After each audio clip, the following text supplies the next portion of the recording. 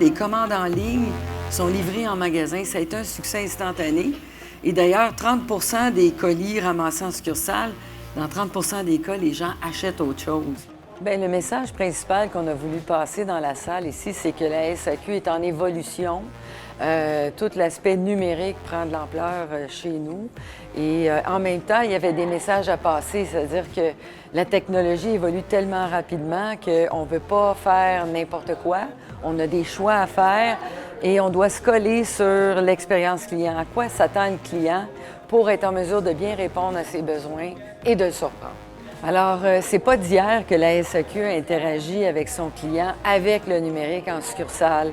On pense, je vais parler le langage SAQ, au lecteur RF, qui est de radiofréquence, que nos employés utilisent pour faire les inventaires, mais aussi, surtout, pour conseiller le client. Alors, c'est l'outil d'interaction. Maintenant, cet outil-là doit évoluer pour que ça soit beaucoup plus relationnel comme interaction et on travaille là-dessus. Dans la prochaine année, on va vouloir aller plus loin et outiller davantage nos employés pour qu'ils soient en mesure de conseiller. Ils ont accès au profil du client, qu'ils soient en mesure de conseiller davantage le client. Et d'ailleurs, on va avoir le Wi-Fi prochainement là, dans nos succursales, donc à suivre.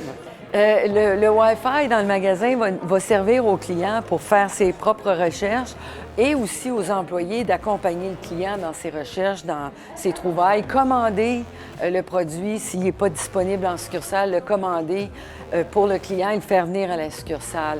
Un jour, éventuellement, peut-être on verra là, l'évolution de l'application, du Wi-Fi, des beacons et tout ça, mais on n'est pas rendu là encore de suivre le client en magasin. Mais avec ses favoris sur l'application, on va être en mesure, par contre, de lui conseiller des produits en fonction de ses besoins. Bien, comment on a su oser en 2015-2016? Je dirais que ça a été une année charnière pour nous parce qu'on a implanté 3 grands projets numériques chez nous. Je parle d'Inspire, je parle de cliquer, acheter, ramasser, donc commander en ligne, recevez en succursale, et aussi de rendre la mobilité transactionnelle. Alors, 3 grands projets qui ont vu le jour l'année dernière, évidemment qui sont la fondation pour les prochaines années, parce qu'on est loin d'avoir fini. Alors, ça va être d'oser aller plus loin, de suivre le client, puis même de le devancer, puis de le surprendre.